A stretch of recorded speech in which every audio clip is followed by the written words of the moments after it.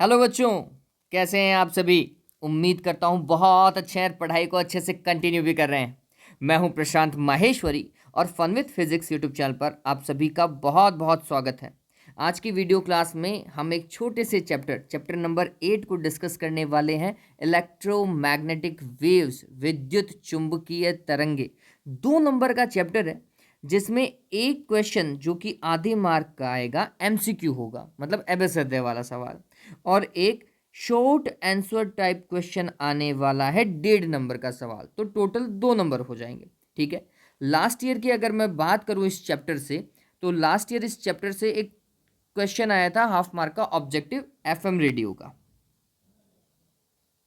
कि FM radio जो है उसका फ्रिक्वेंसी बैंड जो है वो आपको पता होना चाहिए, वो पूछा था, वो एमसीक्यू में था।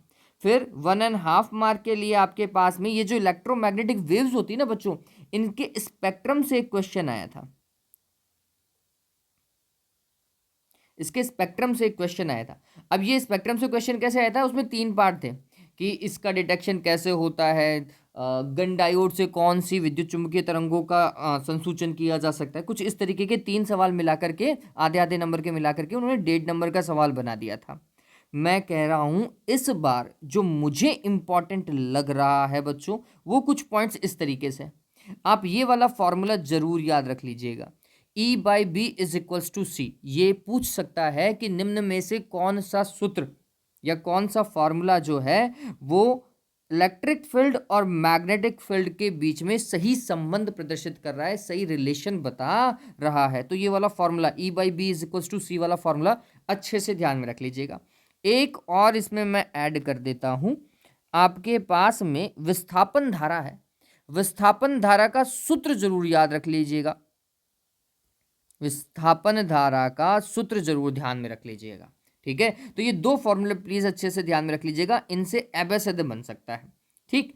फिर ये जो इलेक्ट्रोमैग्नेटिक वेव्स के लिए निर्वात में मैक्सवेल ने इक्वेशन दी थी, 4 इक्वेशन है ना, आपको याद हो तो। सबसे पहले गाउस लॉ है, हाँ, इलेक्ट्रोस्टैटिक्स का।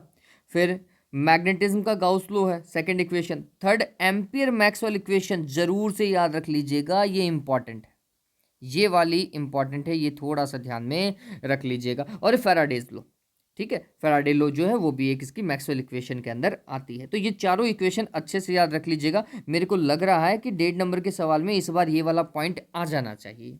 ठीक। फिर इलेक्ट्रोमैग्नेटिक वेव्स की कोई 2 या 3 प्रॉपर्टी जरूर याद रख लीजिएगा। अगर सीधा सटीक क्वेश्चन देना हुआ तो वो बोल सकता है कि विद्युत चुम्बकीय तरंगों की कोई 3 गुण लिखिए या कोई 4 गुण लिखिए, कुछ ऐसा आ सकता है। तो प्रॉपर्टी से सीधा क्वेश्चन बन सकता है।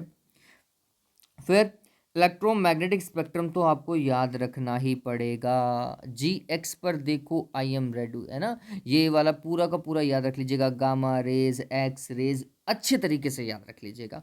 एक्स रे की वेवलेंथ जरूर याद रख लीजिएगा, एक्स रे की वेवलेंथ जरूर याद रख लीजिएगा, क्योंकि एक्स रे के लिए पूछ लेता है। जहां तक मेरे को पता है 10⁻⁻10 मीटर कोटि की जो तरंग दैर्घ्य है वो एक्स रेज के लिए यूज की जा सकती है।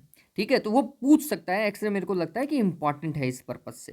ठीक, लेकिन आपको सभी के यूज और एनसीईआरटी पढ़ना, इसके लिए एनसीईआरटी को स्ट्रिक्टली फॉलो करना, लाइन टू लाइन जो है स्पेक्ट्रम को तरीके से पढ़ डालना, पूरा का पूरा जो यूजेस है, वेवलेंथ है, वो एनसीईआरटी को अच्छे से फॉलो कीजिएगा प्लीज़। हाँ, ये तरंगों की प्रॉपर्टी देखने के लिए आप जो भी याद कर रहे हैं वो वैसा याद कर लो, उसमें कहीं कोई इशू नहीं है ना। मैक्सवेल की इक्वेशन तो सीधी सटीक है, वो आपको आराम से याद हो जाएंगी। लेकिन ये जो यूज है स्पेक्ट्रम वाला, है ना, ये प्लीज आप एनसीईआरटी से ही फॉलो कीजिएगा, इसके अलावा और कोई किताब मत उठाइएगा। चलो आज के लिए इतना ही, अपना ध्यान में रखें। Have a good day, take care.